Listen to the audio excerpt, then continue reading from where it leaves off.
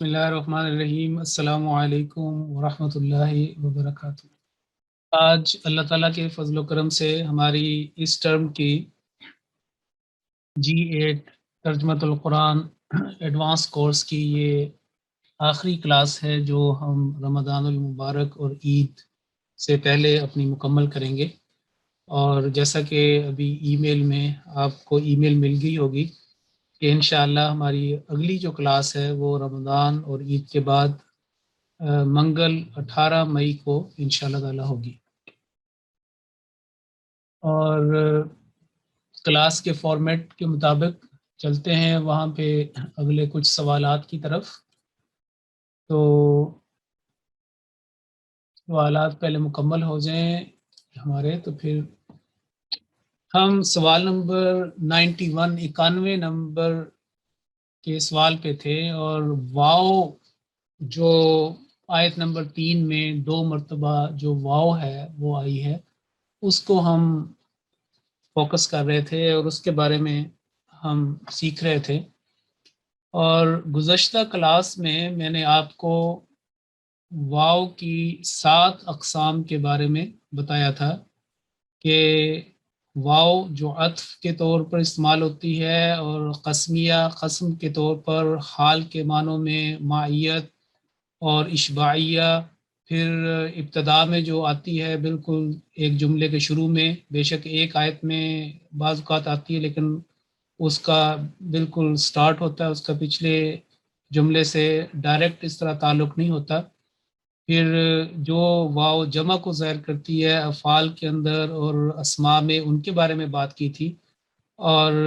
جو اسماء خمسہ ہیں ان کے اوپر ہم بات کر رہے تھے تو وقت ختم ہو گیا تھا۔ آج ہم جو 7 اقسام کے بعد جو 8ویں قسم ہے جس کو کہیں گے کہ واول اسماء الخمسہ کے جو 5 اسماء ہیں ان کے اندر جو واو کا استعمال ہے اس کے بارے میں ہم سیکھیں گے۔ تو پلیز نوٹ کیجئے کہ یہ جو 5 اسماء ہیں، خمسہ کا الخمسہ کا مطلب ہوتا ہے کہ D5 5 اسماء جو ہے وہ اسم کی جمع ہے۔ تو وہ واو جو یہ عربی کے اسماء خمسہ جو خاص ہیں ان میں جو استعمال ہوتی ہے ان کے بارے میں ہم یہ بات کریں گے۔ تو یہ جو 5 اسماء ہیں ان میں سب سے پہلے ابن جو باپ کو کہتے ہیں، اخن بھائی کو کہتے ہیں،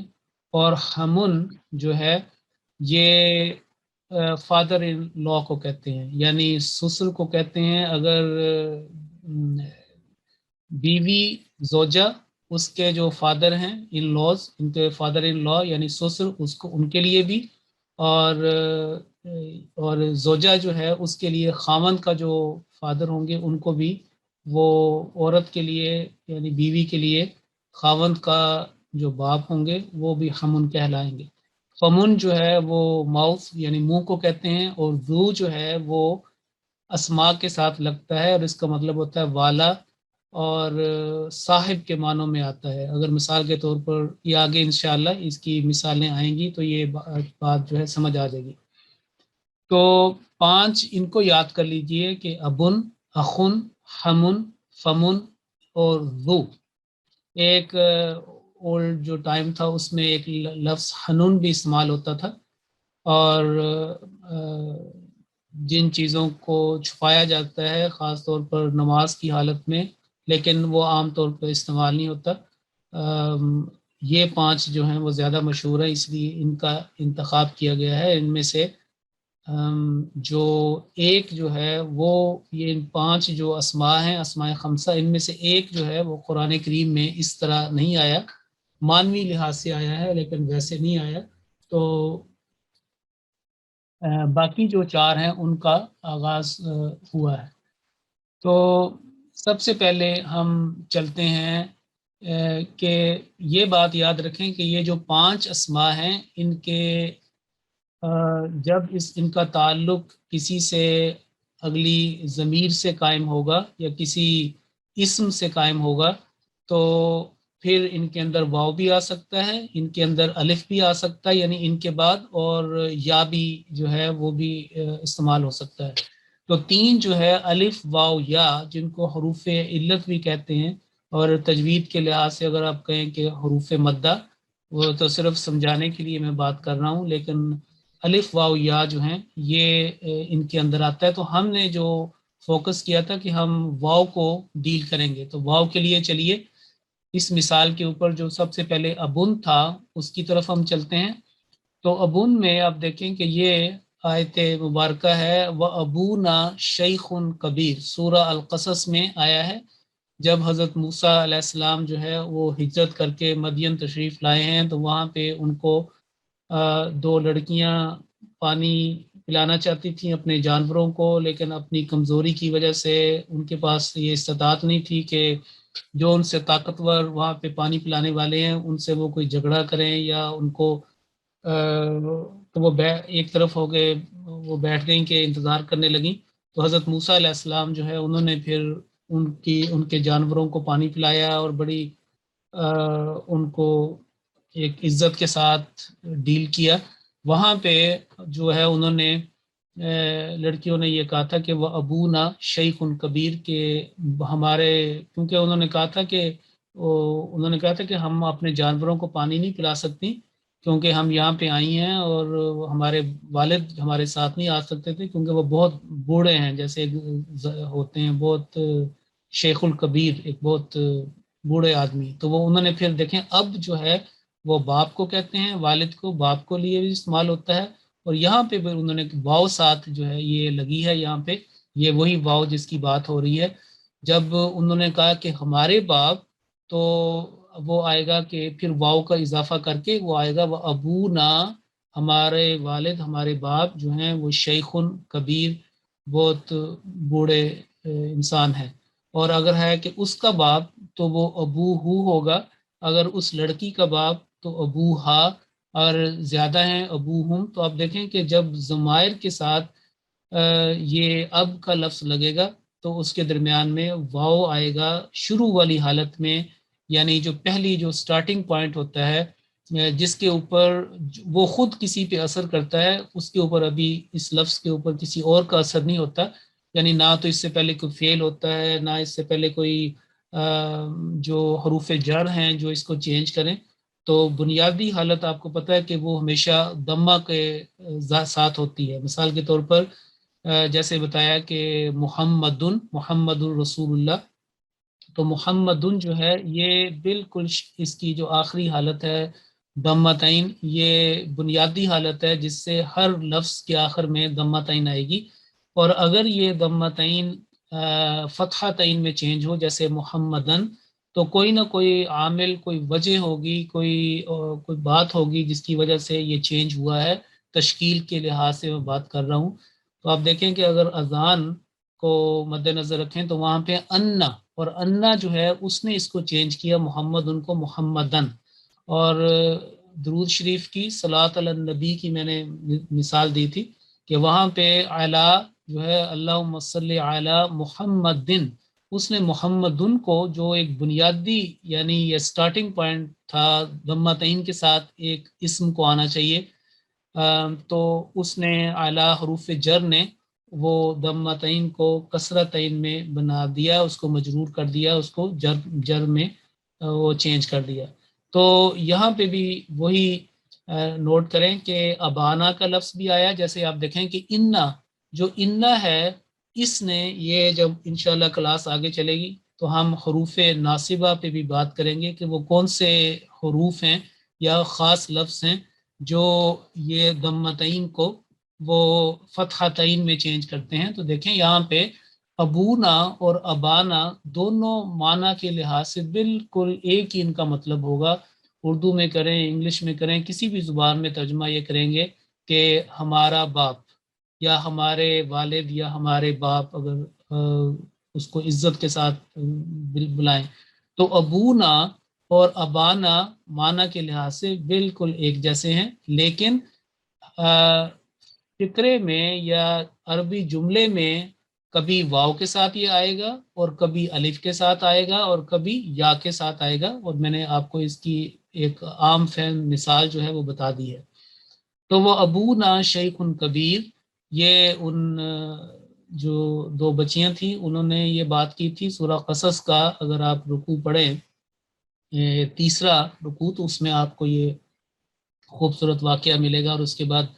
بہت پیاری دعا جو ربی انی لما انزلت الی من خیر فقیر حضرت موسیٰ علیہ السلام نے کی ہے۔ انا ابانا لفی ضلال مبین، حضرت یوسف علیہ السلام نے جب دیکھا کہ حضرت یعقوب ان کے والد جو ہے وہ حضرت یوسف اپنے بیٹے کی بعض ایسی جو ان کی خوبیاں تھیں، ان کا تعلق جو باللہ تھا، اور ان کی سچی رویا، ان کی خوابیں، ان کے جو عادات، ان کی اس کی وجہ سے وہ ان سے خاص ان کو ایک محبت تھی، انس تھی، تو انہوں نے اس محبت کو غلط طریقے سے تعبیر کیا، کیونکہ وہ ان کے دلوں کے اوپر ظلمات کے کچھ پردے تھے، یعنی کہ جو بعد میں آ کے کافی حد تک پھر ان کی دعاؤں کی وجہ سے وہ ٹھیک ہو گئے، جیسا کہ سورہ یوسف کے آخر میں ہمیں ملتا ہے۔ لیکن یہاں پہ انہوں نے کہا کہ ان ابانا لفی ضلال مبین، کہ یقیناً ہمارا باپ جو ہے وہ ضرور بضرور جو ہے ایک کھلی کھلی جو ہے نا جہالت میں ہے، یا ایک لفظ میں کہ ان کو سمجھ نہیں آ رہی کہ یہ ہمیں چھوڑ کر، ہم ان سے بڑے ہیں اور ان کے کام بھی کرتے ہیں جو یہ چھوٹے ہیں، اور یہ ایک اپنی انہوں نے ایک تعصب کا اظہار کیا کہ ہمارے والد جو ہیں وہ ان کو کوئی سمجھ نہیں آ رہی، ہماری حیثیت مرتبے کا خیال نہیں، اور توجہ ساری ادھر ہے۔ پھر آپ دیکھیں کہ اسی میں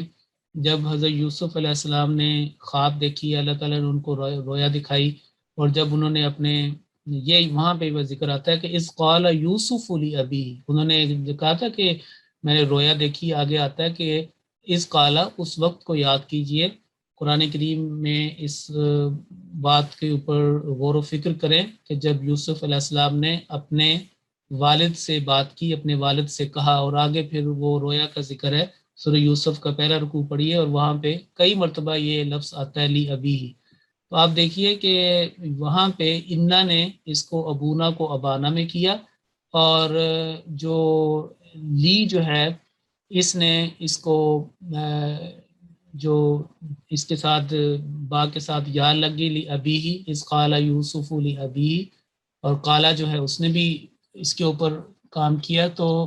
یہ اس سے پتہ چلتا ہے کہ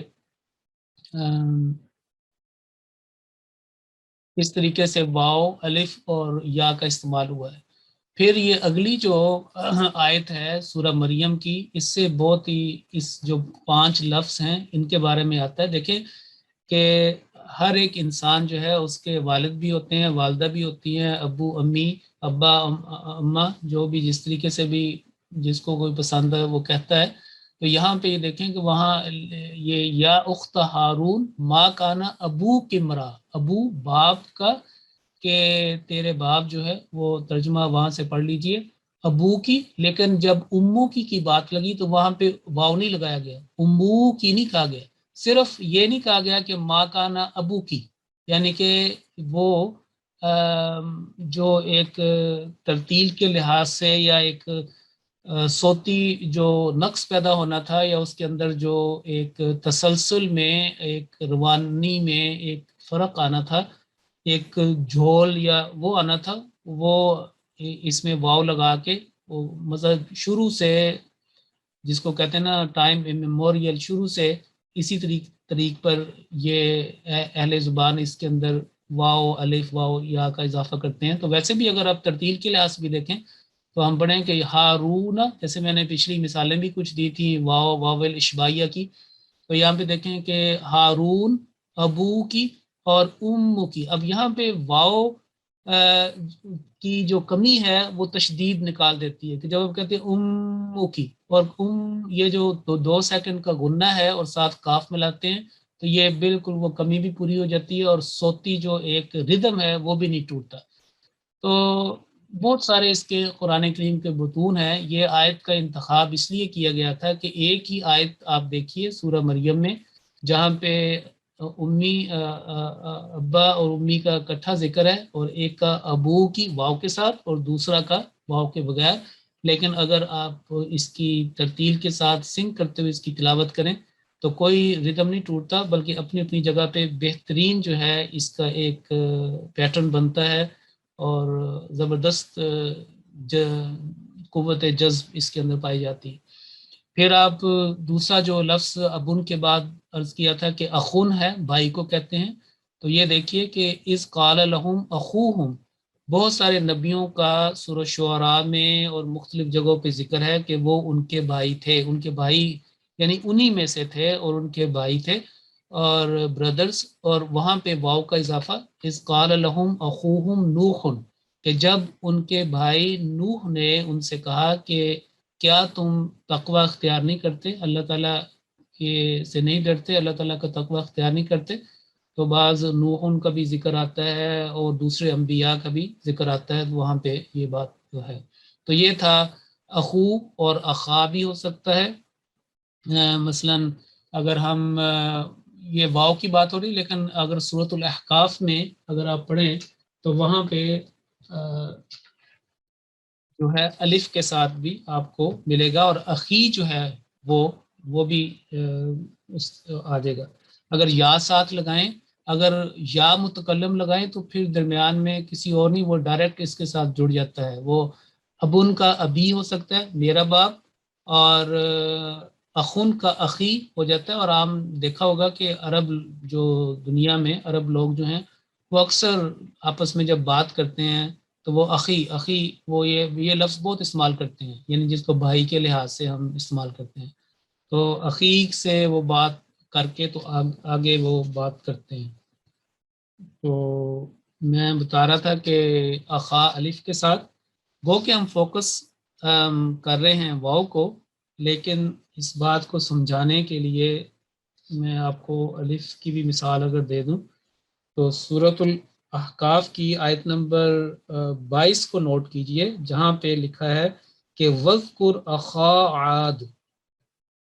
عاد کے بھائی کا ذکر کر، وَذْكُرْ أَخَا عَادٍ. تو اس کے بعد ابن اخن ہو گیا، اس بات یہ ہو گئی. اس کے بعد چلتے ہیں حمن. اور حمن جو ہے جیسے کہ میں نے عرض کیا کہ یہ لفظ قرآن کریم میں نہیں آیا، لیکن بیوی کے والد کو حمن کہا جاتا ہے، اسی طرح خاوند کے والد کو بھی حمن کہا جاتا ہے. یہ چیزیں ان کے لیے یہ استعمال ہوتی ہیں. تو اگر ہم کہیں کہ اس مرد کا سسر سسر کہیں یا سسر کہیں، ہمو کا لفظ آئے گا اس کے لیے، اور ہمو کی لفظ ایک ہی ہے لیکن جو اس کے بعد ضمیر لگے گی وہ اس کو بتائے گی کہ یہ لفظ جو ہے وہ کس کے لیے استعمال ہوتا ہے. جیسے آپ دیکھیں کہ اس کو اس انداز میں سمجھ لیں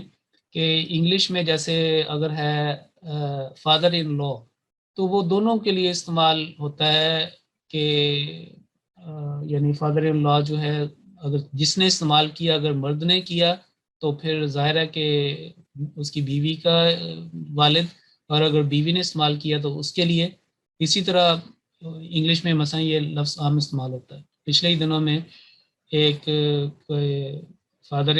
بتایا کہ میرے گرینڈ فادر جو ہیں وہ فوت ہو گئے. اب گرینڈ فادر جو ہے انگلش اس میں نہیں پتہ چلتا کہ گرینڈ فادر سے کیا مراد ہے، نانا فوت ہوئے ہیں یا دادا فوت ہوئے ہیں. بہرحال پھر بعد میں پوچھنے میں پتہ چلا کہ پیٹرنل یعنی کہ دادا وفات پائیں. تو اسی انداز سے آپ ہم ان کو سمجھ سکتے ہیں. لیکن میں آپ کو یہ بتاؤں کہ آبائی بعولتہن کہہ کر اس بات کو مزید واضح کیا گیا. یہ جو قرآن کریم میں نہیں آیا، عربی میں عام استعمال ہوتا ہے، لیکن جب قرآن کریم نے اس تعبیر کو استعمال کیا اس لفظ ان معنوں میں،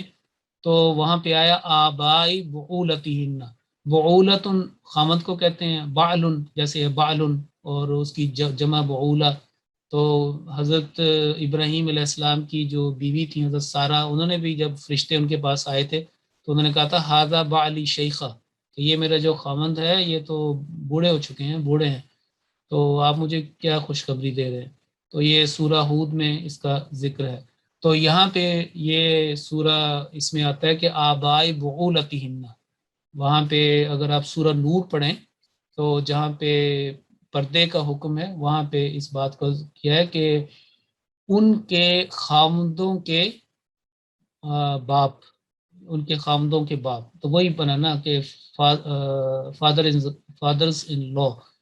تو جو حمو تھا اس کو واضح کر کے یہ بتا دیا گیا کہ ان کے خاوندوں کے بعد یہ ہو گیا جی. اس کے بعد آگے ہم چلتے ہیں کہ فمن جو ہے وہ منہ کو کہتے ہیں. فمن کہہ رہے ہیں یہ ذرا سٹاپ ویڈیو میرے خیال اس کو میں کر دوں.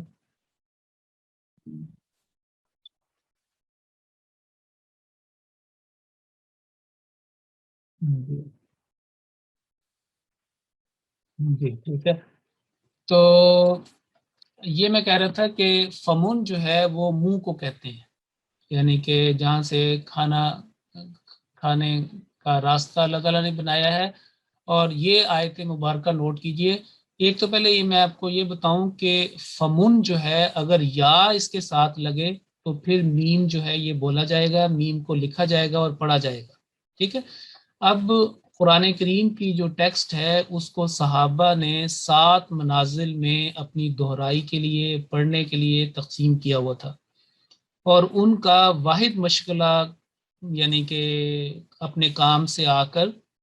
جو بھی ان کی ڈیوٹیز تھیں, فرائض تھے, اپنے کاموں سے آ کر نمازیں ادا کرنا اور قرآن کریم کی تلاوت کرنا, اس کی دہرائی کرنا. تو انہوں نے پورے قرآن کو 7 منازل میں تقسیم کیا ہوا تھا. منزل کی جمع منازل ہے. منزل جو ہے وہ اترنے کی جگہ کو کہتے ہیں, اور اترنے سے مراد یہ ہے کہ ایک مسافر یعنی سفر کرنے والا ایک جگہ سے اپنا سفر شروع کرے اور ایک جگہ پہ وہ آ کے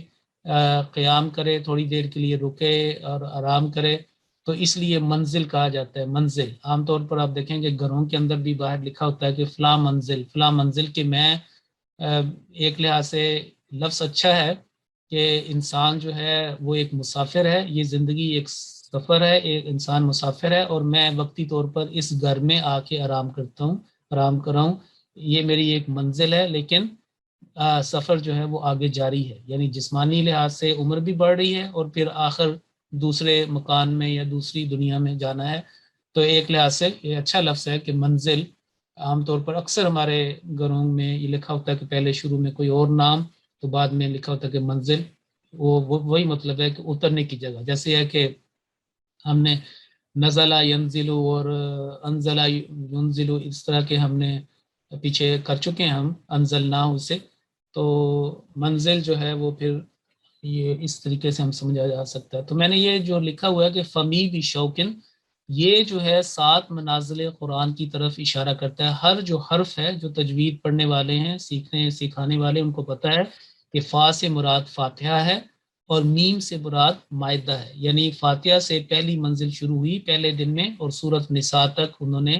تھوڑا تھوڑا کر کے صبح سے شام تک انہوں نے مکمل کرنا ہے. پھر مائدہ سے شروع کیا اور یونس سے پہلے ختم کیا, اور یونس سے پہلے سورہ توبہ آتی ہے. تو مائدہ سے شروع کر کے انہوں نے سورہ توبہ تک اپنی منزل پڑھی, یعنی منزل یعنی قرآن کریم کی سفر کی جو ایک پورشن تھا اس کو. پھر میم کے بعد یا آ گیا, اور یا کا مطلب یہ میں نے بتا دیا تھا یونس. اور با سے بی جو ہے بی شوقن, اس میں جو یہ 4 حرف ہیں, بی جو ہے بنی اسرائیل کو ظاہر کرتا ہے. تو گویا پہلے جو 14 پارے ہیں, 14 جو پارٹس ہیں, وہ فمی کے اندر ہی پورے ہو جاتے ہیں. یعنی فاتحہ سے لے کر اور با بنی اسرائیل سے پہلے سورہ نحل فنش ہوتی ہے. تو با سے اگر بنی اسرائیل شروع کی تو شین جو ہے پھر شعراء کو ظاہر کرتا ہے, اور شعراء سے پہلے سورہ الفرقان آتی ہے. تو گویا جو چوتھی منزل تھی یا چوتھا دن تھا, اگر انہوں نے فرض کریں کہ منڈے کو شروع کیا ہے تو منڈے, ٹیوزڈے, وینسڈے اور تھرسڈے, ٹھیک. اور اگر ہم نے اکثر جو طریق تھا وہ یہ تھا کہ جمعہ کو شروع کرتے تھے, جمعۃ المبارک کو پہلے دن, جمعہ رات کو ختم کیا قرآن اور جو جمعہ کو شروع کیا. تو اس لحاظ سے پھر جمعہ, ہفتہ, اتوار, سوموار ہوگا پیر کا دن, سوموار جب وہ بنی اسرائیل پڑھ رہے ہوں گے. تو شین سے شعراء اور واو سے والصافات آتا ہے. اور آپ کو پتہ ہے کہ صافات جو ہے سورت, اس سے پہلے سورہ یاسین ہے. گویا شعراء سے شروع کر کے یاسین میں پہنچ گئے, وہاں کے اختتام بالکل 23ویں پارے کے ابھی سٹارٹ ہی کیا ہے. پھر والصافات سے لے کر وہ قاف سے پہلے گئے, اور قاف سے پہلے جو ہے سورہ الحجرات آتی ہے. پھر قاف سے 7ویں منزل جمعرات کو یعنی صبح سٹارٹ کی, اور الناس تک مکمل کر کے تو اپنی 7ویں منزل مکمل کر لی۔ اور جو ماہرین نے یہ جو لفظ یاد رکھنے کے لیے یہ تجویز کیے ہیں فمی بھی شوقن، اس سے ایک تو منازل قرآن کبھی بھول نہیں سکتی، کیونکہ پہلا جو جیسے ہم کہتے ہیں ایکرونمز،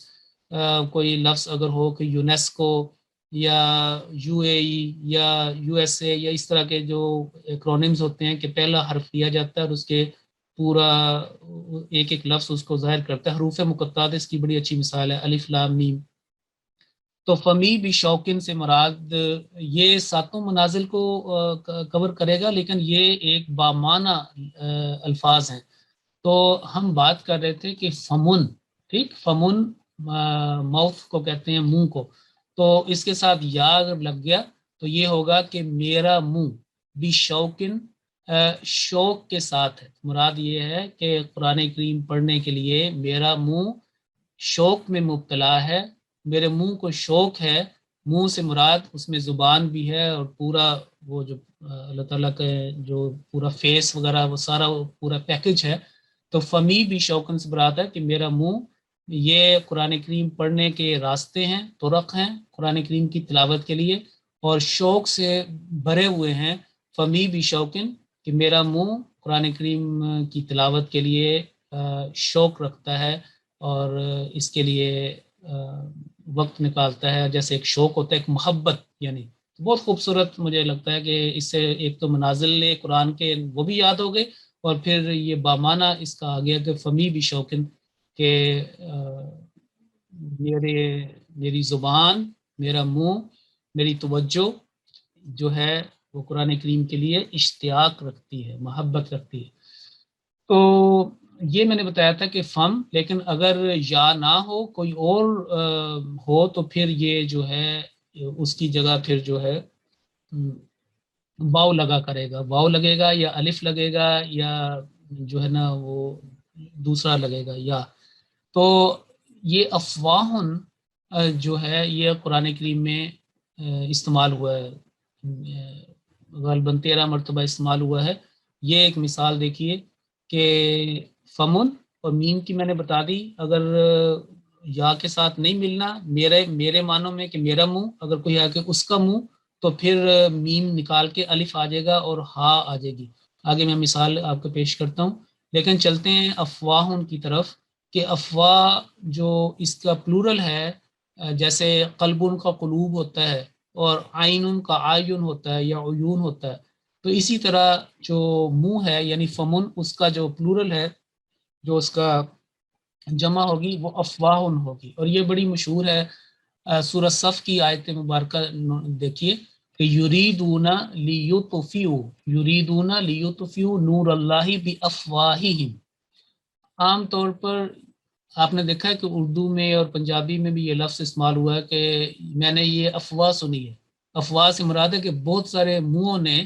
مختلف لوگوں کے منہوں نے یہ بات کی ہے، یہاں تک پہنچی ہے، کوئی یہ بات کر رہا ہے، کوئی یہ بات کر رہا ہے، کچھ ایک بات ہے اس کو بڑھا چڑھا کر اس کے اندر کچھ اور ایڈیشن کر کے کچھ اور اپنے تبصرے ڈال کے تو کچھ کا کچھ ہی بنا ہوتا ہے، بات کہیں سے ایک چلتی ہے اور کچھ وہ اسی کو عام طور پہ کہا جاتا ہے کہ یہ افواہ ہے، یہ افواہ مشہور ہوئی ہے فلاں وقت میں یہ بات۔ تو وہی ہے کہ بہت سارے لوگوں نے اپنے منہوں کا غلط استعمال کیا، سچی جھوٹی باتیں ملا کے آگے پیش کر دیں، اور وہ افواہ اسی سے ہے، یعنی کہ یہی تعبیرات ہیں۔ تو یہاں پہ یہ دیکھیں کہ وہ کہتے ہیں کہ جو مکفرین ہیں، مکذبین ہیں، انکار کرنے والے، یریدون وہ چاہتے ہیں، لیطفئوا نور اللہ کہ اللہ کے نور کو وہ بجھا دیں، بافواہہم اپنے منہ سے، اپنے منہ کی پھونکوں سے، یہ اس میں آ جاتا ہے کہ اپنے منہ سے، اور منہ سے پھونک ماری جاتی ہے، بافواہہم واللہ متم نورہ ولو کری الکافرون، کہ جو اللہ تعالیٰ جو ہے وہ اپنے نور کو پورا کرنے والا ہے، اگرچہ یہاں پہ اگرچہ انکار کرنے والے جو ہے ناپسند کریں۔ تو یہ تھا۔ اچھا، دوسرا میں نے بتایا تھا کہ یہ جو لفظ یہاں پہ میں ایکچولی یہ بھول گیا تھا، یہ جو فاہو ہے، یہ دیکھیں یہ تھا جس کی طرف یہ سورہ الرعد ہے، آیت نمبر 15، کفیہ الی الماء لیبلغ فاہو، اس کا منہ، فاہو، یہ دیکھیں فا یعنی کہ فمن تھا، آخر میں ہا جو ہے اس کا منہ یعنی ہز ماؤتھ، تو میم نکال کے الف آ گیا اور یہ استعمال ہوا ہے، ٹھیک. اور اگر یہ اس کنڈیشن کے اندر یہ استعمال ہوا ہے، لیکن اگر کوئی اور ہوتا کہ مثلا شروع والی حالت میں تو پھر یہی واو کے ساتھ بھی آنا تھا. تو لیکن یہاں پہ یہ کوٹ کرنے کا مقصد ہے کہ یہ لفظ سنگولر میں واحد صرف ایک مرتبہ قرآن کریم میں ہے. یہ سورۃ رات کی آیت نمبر 15 اور یہ سورۃ صف کی جو پہلا رکوع ہے اس کے آخر میں یہ والی آیت آتا ہے، اور بھی جگہ پہ یہ آتی ہیں کہ اپنے منہ سے انہوں نے یہ کیا، مختلف قسم کی باتیں جو ہے نا یہ بیان کی گئی. اس کے بعد اگلا جو لفظ تھا یہ ابن ہو گیا، اخن ہو گیا، ہمن کے میں نے بتا دیا، فمن کے بارے میں ہوگی بات. اور اب آتا ہے زو بھی یہ جو واو ہے یہ بھی چینج ہوتا ہے، کبھی الف میں کبھی واو بھی ہوتا ہے، اور زو اکیلا نہیں استعمال ہوتا، اس کے ساتھ کوئی لفظ ہونا چاہیے. دیکھیے کہ زو یعنی صاحب یا والا، اور یہ مذکر کے لیے، اور ذات جو ہے وہ مؤنث کے لیے استعمال ہوتی ہے. تو اس کی مثالیں بھی انشاءاللہ آئندہ آئیں گی. تو یہ دیکھیں واللہ ذو الفضل العظیم، سورہ الجمعہ پڑھیں، اور بھی کئی مرتبہ آتا ہے یہ والا لفظ. تو یہاں میں دیکھیں کہ اور اللہ تعالیٰ ذو الفضل صاحب فضل، عظیم فضلوں کا والا ہے، عظیم فضل والا ہے، ذو الفضل العظیم، عظیم فضل والا ہے. تو ذو الفضلی. اور یہ دیکھیں سورہ طلاق میں کہ یہاں پہ جو واو ہے وہ ساکن حالت میں ہے کیونکہ اس نے الف لام کے ساتھ ملنا نہیں ہے. یہاں پہ بھی بیسیکلی یہ ہے واللہ ذو، لیکن چونکہ الف لام تھا تجویدی پوائنٹ ہے، واو جو ہے وہ ساکن ہو جائے گا، وہ پڑھا نہیں جائے گا، اور سیدھا ہم متحرک کو ساکن کے ساتھ ملائیں گے ذو الفضل. یہاں پہ چونکہ ایسی کیفیت نہیں، یہاں پہ جو ساعتن جو لفظ ہے وہ یعنی الف لام کے بغیر ہے، اس لیے یہاں پہ واو جو ہے وہ مدیہ کا کام دے گا، تو یہ بنے گا ذو ساعتن. تو اس کو ترجمہ ہے کہ وسعت والا، جیسے وسعت ہوتا ہے نا تو حیثیت، تو ذو ساعتن سے مراد ہے کہ صاحب حیثیت. تو بچوں کے اوپر جو خرچ کرنے کا بیان ہو رہا ہے، سورۃ طلاق کا پہلا رکوع پڑھیے. اس کا مطلب یہ ہے کہ صاحب حیثیت کو چاہیے کہ وہ اپنی حیثیت کے مطابق اپنی توفیق اور اپنے مال اپنی یعنی وسعت کے مطابق جو ہے وہ خرچ کرے. تو یہ تھا ذو ساعتن، اور بھی ذو کے معنوں میں کئی مرتبہ یہ استعمال ہوا ہے. تو یہ تھا آپ کے واول اسماء الخمسہ کے وہ 5 اسماء جن کے اندر یہ واو جو ہے وہ استعمال ہوتا ہے اور وہاں پہ یہ لگایا جاتا ہے. اس کے بعد ہم چلتے ہیں واو زائدہ، جس کے بارے میں کہا جاتا ہے کہ یہ واو زائدہ ہے. جیسے آپ نے اگر آپ قرآن کریم کی پڑھیں تو حاشیے میں بعض جگہ لکھا ہوتا ہے کہ الف زائدہ، تو میں اس سے اختلاف کرتا ہوں کہ نہ تو قرآن کریم میں کوئی الف زائدہ ہے، نہ کوئی واو زائدہ ہے، نہ کوئی یا، کوئی بھی حرف جو ہے وہ زائدہ نہیں، بلکہ ہر حرف کی کوئی نہ کوئی اس کے اندر حکمت ہے. جن لوگوں کو ان باتوں کی سمجھ نہ آئی انہوں نے اس کو زائد قرار دے دیا. تو زائد تو ایسے ہوتا ہے کہ اس کی ضرورت نہیں تھی، بس ویسے ہی یہاں پہ جیسے ہم کہتے ہیں کہ ایک جگہ پہ ایک جو ہے کوئی کام کرنے کی جگہ ہے، وہاں پہ اگر 4 آدمیوں کا کام ہے تو 5واں آدمی کہتے ہیں کہ یہ زائد ہے، اس کا بس ویسے ہی بس ہے زائد از ضرورت. تو لیکن قرآن کریم ایسی پیاری اور حکمت والی کتاب ہے، حکیم اور خبیر کا جو یہ کلام ہے، اور صاحب حکمت جو حکیم ہے، جیسے کہا کہ هو العلیم الحکیم. تو العلیم اور الحکیم کا کوئی بھی کام جو ہے وہ حکمت سے خالی نہیں ہوتا. اور جب وہ حکمت ہمیں سمجھ نہیں آتی بعض لوگوں کو تو وہ اس کو زائد کا نعرہ لگاتے ہیں، لیکن ہر حرف ہر لفظ اپنی اپنی جگہ پہ بے انتہا معارف اور حکمتیں رکھتا ہے. تو چلیے اس کی طرف آتے ہیں جس کو یہ کہا جاتا ہے کہ واو زائدہ. تو یہ دیکھیے کہ ربنا ولا تحمل، سب سے پہلے تو یہ جو بات کرتے ہیں واو زائدہ وہ اس کے اوپر وہ کرتے ہیں کہ یہ جب ہم رکوع سے واپس آتے ہیں تو ہم کہتے ہیں ربنا ولک الحمد. تو یہ تو بات ہے کہ ربنا اے ہمارے رب ولک الحمد، اور تیرے لیے تمام تعریفیں. تو یہ تو بیسیکلی یہ تھا کہ ربنا لکل حمد، یہ تھا پورا بنتا. تو یہ واو جو ہے ان کے دل میں یہ اشتباہ پیدا ہوتا ہے کہ یہ واو یا تو کاتب کی غلطی ہے یا ایسے ہی اس کو پڑھا جا رہا ہے یا اسی طرح لکھا گیا اور آگے اسی طرح لوگوں نے یاد کر لیا. تو کسی نے کچھ سال پہلے یہ میرے سے بھی بات کی تھی کہ وہ یہ کہتے ہیں. تو میں نے کہا تھا کہ بالکل یہ گو کہ ٹھیک ہے، نبی کریم صلی اللہ علیہ وسلم نے یہ نماز ہمیں سکھائی ہے. یہ نماز جو ہے سینہ بسینہ اور ایک صدیوں کا سفر کر کے اسی طرح جیسے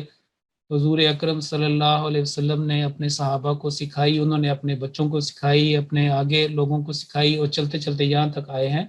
تو میں نے کہا یہ بالکل ٹھیک ہے، اس میں کوئی نہ تو کاتب کی غلطی معلوم ہوتی ہے، کیونکہ ہم ہر حدیث کو، ہر چیز کو سب سے پہلے قرآن کریم پہ پرکھیں گے، قرآن کریم کے سامنے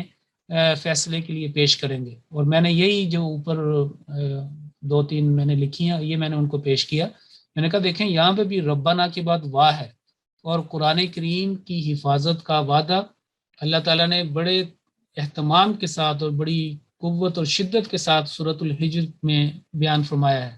کہ ہم نے اسے اتارا نزلنا، یعنی پوری اس میں ایک شدت، تدریج، ایک اہتمام ہے اور ہم اس کی حفاظت کرنے والے ہیں. تو یہ واو جو ہے یہاں پہ لازمی ربنا کی بات ہے. اب عرض حال یہ ہے کہ یہ ربنا بذات خود ایک دعا ہے. جب انسان جو ہے وہ قرآن کریم کی تلاوت کر رہا ہوتا ہے، اس کے مضامین میں ڈوب رہا ہوتا ہے، تو وہاں پہ کئی ایسے مقامات آتے ہیں جہاں پہ انسان کی جو جذبات ہیں، اس کے جو احساسات ہیں، اس کی جو کیفیات ہیں، دلی کیفیات، وہ دعا بن جاتی ہیں. گو زبان سے وہ ایک لفظ نہ بھی نکالے، اس کی وہ کیفیات، اس کے جذبات، اس کے احساسات، اس کی ریفلیکشن وہ دعا کا کام دیتے ہیں. آپ نے دیکھا ہوگا کہ سجدے میں بھی اگر کوئی انسان کہے کہ میں دعا کر رہا ہوں تو کتنی دعا کرے گا. کرتے کرتے انسان کے پاس الفاظ ختم ہو جاتے ہیں، وہ ایک ساکن کیفیت کے اندر آ جاتا ہے. بعض اوقات ایسے بھی ہوتا ہے کہ بالکل وہ کوئی بات کر ہی نہیں سکتا آگے. اس وقت بے شک وہ رکوع کی حالت میں ہے یا سجدے کی حالت میں ہے یا ویسے ہی وہ دعائیہ میں ہے، تو اس وقت احساسات، جذبات، وہ کیفیات، وہ ایک تعلق جو حالت ہے اس میں وہ بن جاتی ہے دعا. ایک ایک لمحہ وہ بن جاتا ہے. تو یہاں پہ بھی ان کیفیات کا اگر آپ پڑھیں تو ربنا کہہ کر گویا اس احساس بتایا گیا کہ اے ہمارے رب، یہ ساری باتیں میں نے سمجھ لی ہیں، اب مجھے بھی اپنی ربوبیت کی گود میں اٹھا لو. ولا تحمل علینا، اور پھر آگے بات کو بڑھایا ہے کہ ہاں ولا تحمل علینا اسرا کما حملتہ بر. پھر آیا ربنا، اور انسان کا احساس وہ دعا مانگتا ہے. اور اس میں یہ ہے کہ انسان جو ہے وہ چونکہ ایک ایک لفظ پہ کئی مختلف انداز سے قرآن پڑھتے ہیں، تو ویسے بھی زبان میں بھی دعا ہو سکتی ہے، کیونکہ آپ تو لفظ لفظ پہ دعا کر سکتے ہیں. اور اگر نہ بھی ہو تو رک بھی سکتے ہیں، رک کے بھی آپ کا جو ہے آپ کا جو فہم ہے وہ کر سکتا ہے. تو ربنا بذات خود ایک دعا ہے. اور جب ہم کہتے ہیں ربنا تو مراد ہے کہ اے ہمارے رب، میری بھی ربوبیت فرما. جب ہم کہتے ہیں کہ یا علیمو، تو یا کوئی بھی اگر آپ کسی صفت کے مطابق کسی کو پکاریں تو اپنی اس صفت سے آپ کوئی چیز مانگ رہے ہوتے ہیں کہ مجھے بھی یہ چیز عطا کر. جیسے آپ کوئی کہے کہ اے سخی، اے بہت عطا کرنے والے، تو اس سے کیا مراد ہے کہ مجھے کچھ نہ دے؟ اس سے یہی ہوگا کہ مجھے بھی عطا کر. اگر جو صفت کا جو ہے پکاری جائے، وہ صفت انسان کی جو حالت ہے وہ تقاضا کرتی ہے کہ وہ بھی اس کا متمنی ہے. تو یہاں پہ بھی جب قرآن کریم میں بہت ساری جو دعائیں ہیں 99% وہ ربنا سے شروع ہوتی ہیں. اور الحمدللہ رب العالمین، تو ربوبیت جو ہے وہ عظیم ایک صفت ہے کہ جس کی سٹارٹنگ پوائنٹ، نقطہ، یعنی وہ ربوبیت جس کا انسان کی دنیا میں آنے سے پہلے ہی اس کا جو ہے وہ اس کی برکتوں سے انسان فیض یاب ہونا شروع ہو جاتا ہے. ایک چھوٹا سا نقطہ اللہ تعالیٰ جو ہے اس کو اتنی ربوبیت میں وہ ایک بیج جو ہے جو ہم جو ایک اگر آپ دیکھیں کہ ایک پودے کو دیکھیں، ایک فلاور کو دیکھیں، ایک بیج چھوٹا سا وہ ہم زمین میں لگاتے ہیں اور بظاہر وہ ظلمات میں ہوتا ہے، اللہ تعالیٰ اپنی ربوبیت کے تحت اس کو نور میں یعنی کہ زندگی دیتا ہے، اس کو روشنی عطا کرتا ہے اور وہ کہیں کا کہیں ایک بہت بڑا جو ہے درخت بن جاتا ہے۔ تو یہاں پہ بھی ربنا انسان کی ان کیفیت کہ اے میرے رب، اے ہمارے رب، اور پھر آگے اپنی فکری دعائیں ولا تحملنا ما لا طاقت لنا به، یہ بھی سب آتا ہے۔ اور یہاں پہ یہ جو آیات ہیں یہ تو ہیں ہی سورۃ البقرہ کی آخر کی ہیں، اور کہا گیا ہے کہ جو سورۃ البقرہ کی آخری 2 آیات کی تلاوت کرے سوتے وقت تو اس کے لیے کافی ہے، ہر چیز سمجھیں کہ اس نے کور کر لی ہے۔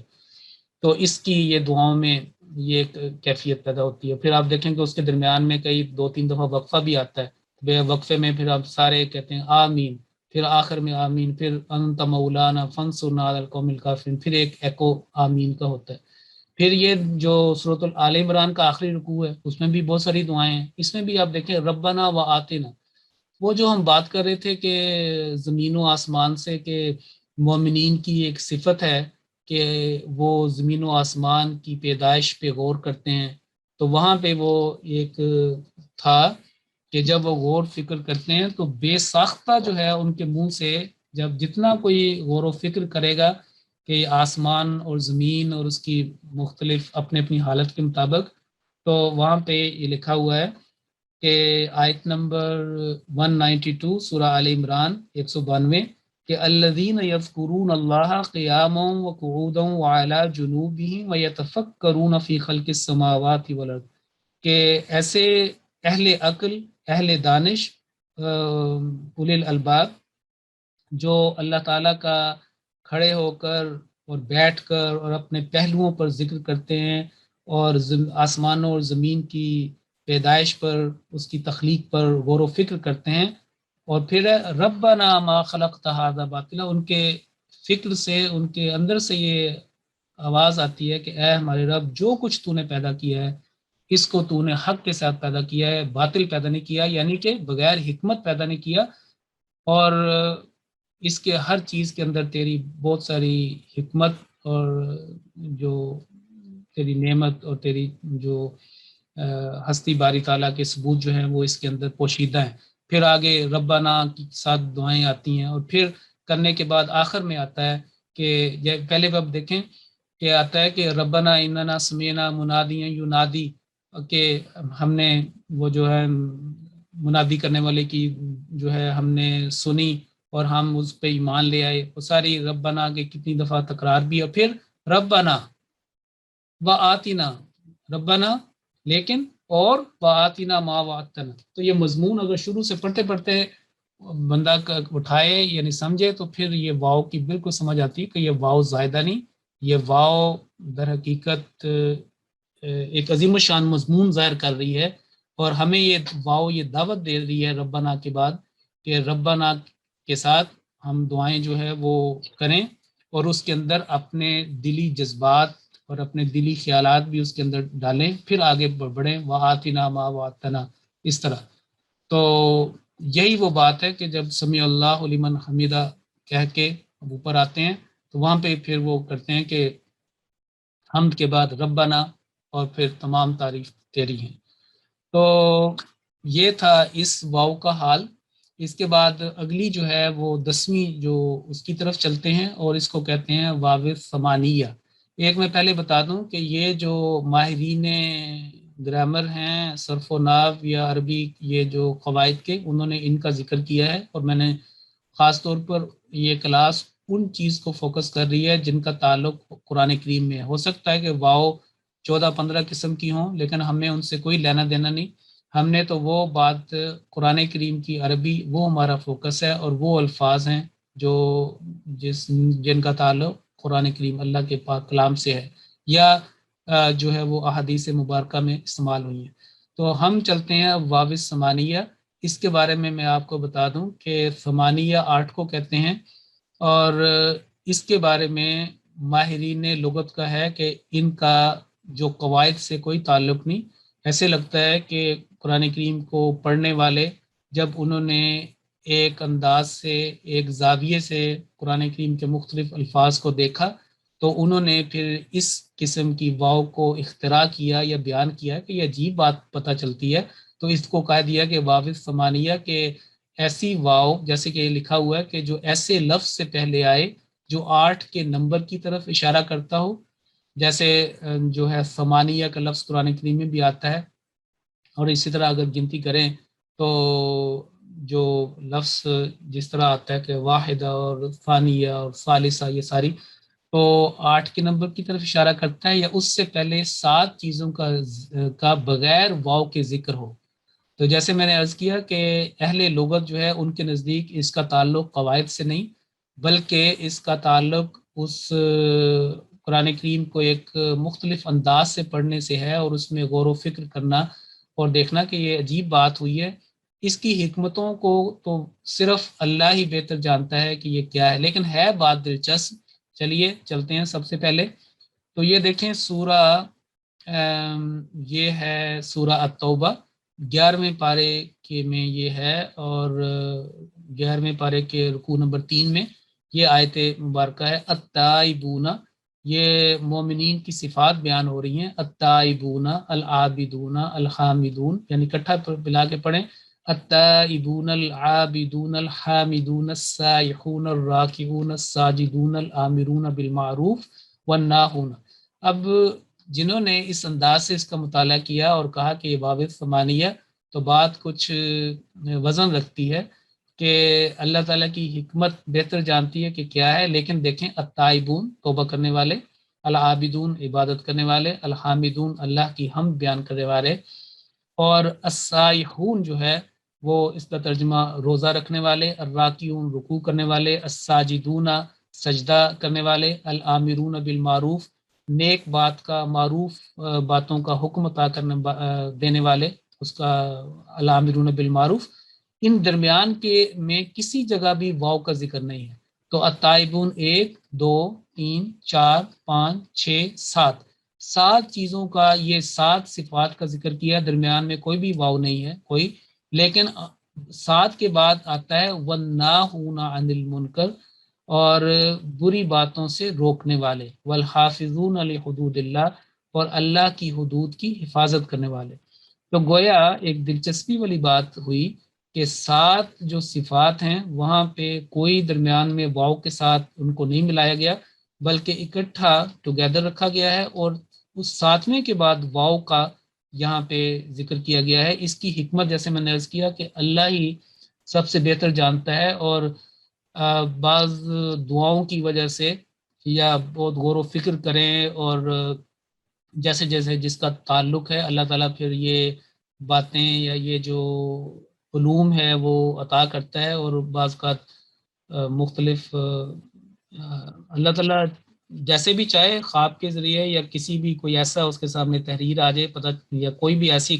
بعض کا ایسے انسان کے ذہن میں واقعات آتے ہیں وہ فوراً سمجھ آتا ہے کہ یہاں پہ کیا وجہ ہے۔ تو بہرحال یہ وہ ساری چیزیں ہیں جس کو کہا گیا نا کہ قرآن کریم کے بطون ہیں، 7 بطون کہا گیا، یعنی کہ یہ نہیں کہہ سکتے کہ 7 کا لفظ کثرت میں ہے، تو بہت ساری اس کی لیئرز اپون لیئرز ہیں، اور اللہ تعالیٰ جیسے جیسے انسان کا تعلق بڑھتا ہے اور اس میں شوق اور اس کا اخلاص اور اس کی دلی اندر کی کیفیات دیکھ کے اللہ تعالیٰ وہ چیزیں پھر اس کو ملتی جاتی ہیں۔ تو بہرحال یہ 7 چیزوں کے بعد وَالنَّاهُونَ عَنِ الْمُنْكَرِ وَالْحَافِظُونَ لِحُدُودِ اللَّهِ، ایک اور مثال لیجئے، یہاں پہ جو ہے سورہ کہف میں جو اصحاب کہف ہے ان کی بات ہو رہی ہے، اس میں بھی آپ دیکھیں کہ سَيَقُولُونَ ثَلَاثَةٌ رَابِعُهُمْ كَلْبُهُمْ، یعنی بعض جو ہے وہ شک مختلف قسم کی وہ باتیں کر رہے تھے کہ جو اصحاب کہف 3 تھے، اور ان کا رابعہم کلبہم، ان کا جو کتا تھا وہ چوتھا تھا، پھر بعض انہوں نے کہا کہ خمسۃ 5 تھے، اور چھٹا ان کا جو ہے وہ کتا تھا، سادسم کلبہم رجمم بالغیب، بس ایسے ہی جو ہے نا اندھیرے میں تیر چلا رہے ہیں، وَيَقُولُونَ سَبْعَةٌ وَثَامِنُهُمْ كَلْبُهُمْ۔ اب یہ دیکھیں ثلاثۃ واو کے بغیر، خمسۃ واو کے بغیر، سادسہم، یہ جو خمسۃ کے بعد یہ سادسہم یہ بھی اس کا ذکر ہو گیا، اور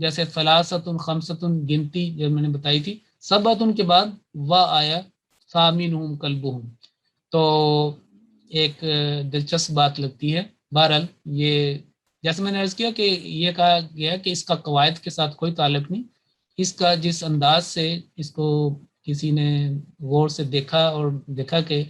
اس طریقے سے بیان ہوا تو انہوں نے اس کا نام یہ رکھ دیا۔ ایک اور مثال لیجئے، یہ سورہ زمر کی مثال ہے۔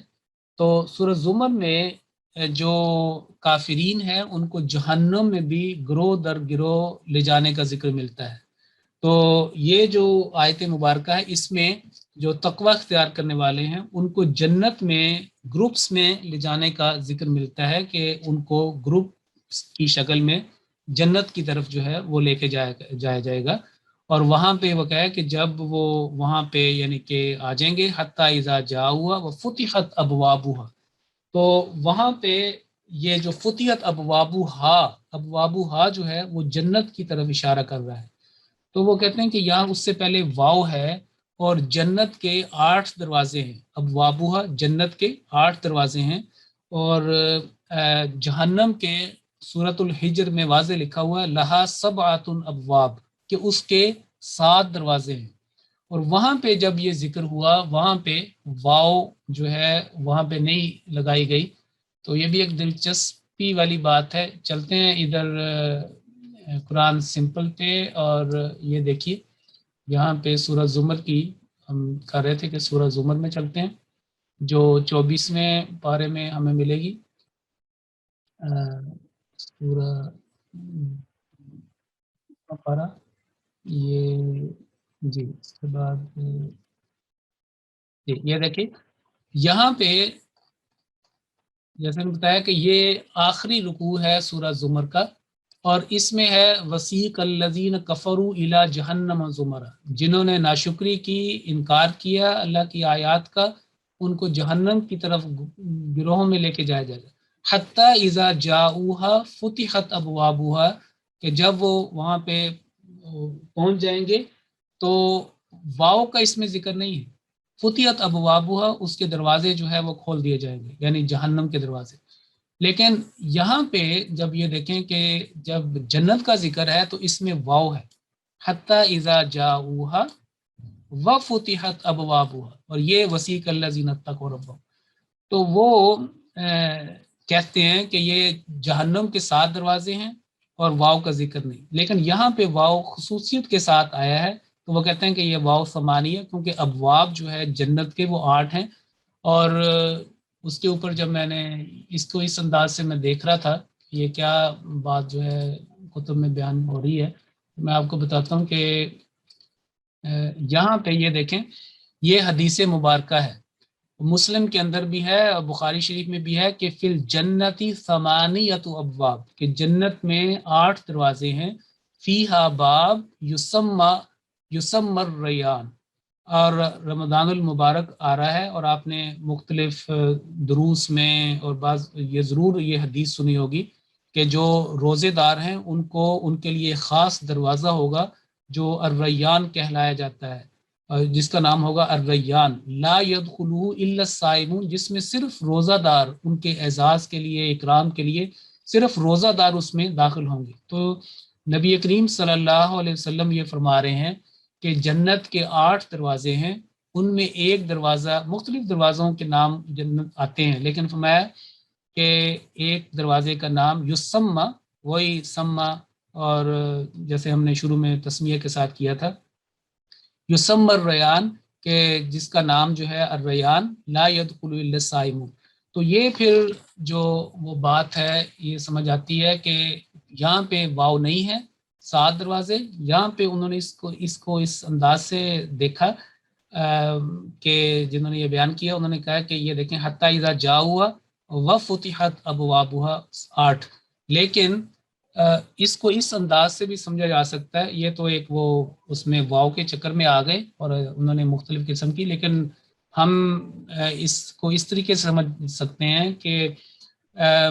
قرآن کریم کی باقی آیات سے، یعنی کہ یہ جہنم میں گروہ در گروہ ان کو لے کے آیا جائے گا تو جہنم خود ہی ان کا انتظار کر رہی ہوگی، گویا اس کے جو گیٹس ہیں وہ ان کے لیے بےتاب ہوں گے کہ کھلیں، فتحت ابوابہ کہ اسٹریٹ وے وہ اندر جائیں. لیکن یہاں پہ واؤ کا ایسے مثلا آپ سمجھیں کہ جیسے بڑے اعزاز اور اکرام ہے، جیسے کسی کی آئی ڈی وغیرہ چیک کر کے جب آتا ہے تو اس کے لیے اکرام کے طور پر جو گیٹ کیپر ہیں یا جو ہے ایک دروازہ کھولتے ہیں، اور اس میں اس کی ایک عزت اور اس کی شان ہے کہ انہوں نے اس کو ریکگنائز کیا اور پھر اس کو انٹری کی. بہرحال جو بھی ہو، بات جو ہے یہ دلچسپ معلوم ہوتی ہے جو واؤ کے ساتھ ہے. تو اور بھی اس میں ضرور ہوں گی باتیں. تو یہ تھا اس میں. پھر اگلی اب سورۃ تحریم کی طرف چلتے ہیں. یہ دیکھیں اس میں بھی 8 والی ایک بڑی دلچسپ بات ہے کہ نبی کریم صلی اللہ علیہ وسلم کو جو ازواج مطہرات عطا کی گئی تھی ان کی صفات بیان ہے کہ مسلمات، مومنات، قانتات، تائبات، عابدات، سائحات، طیبات. پہلے رکوع میں اس کا ترجمہ تلاش کیجئے. یہ دیکھیں مسلمات 1 2 3 4 5 6 7 کا ذکر کیا، درمیان میں واو نہیں ہے، اکٹھا ان کو. اور آخری جو بات کی ہے وہ ابکارا کہ کمواریاں و ابکارا واو کے ساتھ آگے جو ہے. تو بہت ساری اس کے اندر حکمتیں ہوں گی، تفسیری نقطے ہوں گے. اور پھر اگلی ایک کا اور حوالہ دے دیتا ہوں کہ سورہ الحاقہ میں یہ بھی میں نے یہ جو بتایا تھا کہ وہ کہتے ہیں کہ 8 نمبر کی طرف اشارہ ہو پہلے، تو یہاں پہ بھی یہی ہے کہ سخرھا علیہم 7 لیال. 7 لیال کہ وہ جو ہوا ان کے اوپر بطور عذاب چلتی تھی 7 راتیں، و ثمانیت ایام واو لگایا، اور ثمانیت کا لفظ ہے کہ 8 دن، 7 راتیں مسلسل اور 8 دن ان پہ چلی اور ان کو بالکل تباہ و برباد کر دیا. تو یہ ہیں واو کی. تو پھر جب اتنی 4-5 مثالیں ہیں تو پھر جنہوں نے اس کو اس طریقے سے نوٹ کیا ان کا اس میں ایک دلچسپی کا بہرحال ایک ہے. اور جیسے میں بتایا کہ اس کی حکمتیں تو اللہ ہی بہتر جانتا ہے، اور اگر مزید اس پہ غور و فکر کرے اور قرآن کریم کے باقی سارے مضامین کو بھی دیکھے تو اور بھی اس کے اندر کو ضرور بہت اچھے اچھے اس کے اندر نقطے ہوں گے. تو جو دعائیں کرنے سے یہ کھلتے ہیں، اور وقت پہ آنے کی ہر چیز کا ایک وقت ہوتا ہے، اس میں پتہ چل جاتا ہے. بعض ایسے حالات واقعات آتے ہیں، لیکن یہ بات قطعی ہے کہ قرآن کریم میں کوئی لفظ کوئی حرف نہ تو کم ہے نہ زیادہ ہے. ما فرطنا فی الکتاب، قرآن کریم میں کسی چیز کی کمی نہیں نہ زیادتی ہے، ہر چیز اپنی اپنی جو ہے وہ پہ. حضرت مسیح موعود علیہ السلام نے بے انتہا غور و فکر کے بعد گھنٹوں سورۃ الفاتحہ غور کرنے کے بعد مختلف قرآن کریم کی جیسے کہتے ہیں کہ 10,000 مرتبہ کم از کم پڑھا ہے. تو آپ کے کلمہ مبارک سے یہ نکلا کہ یا الہی تیرا فرقان ہے کہ ایک عالم ہے، یا الہی تیرا فرقان ہے کہ ایک عالم ہے. جو ضروری تھا وہ سب اس میں مہیا نکلا. میں چاہتا تھا کہ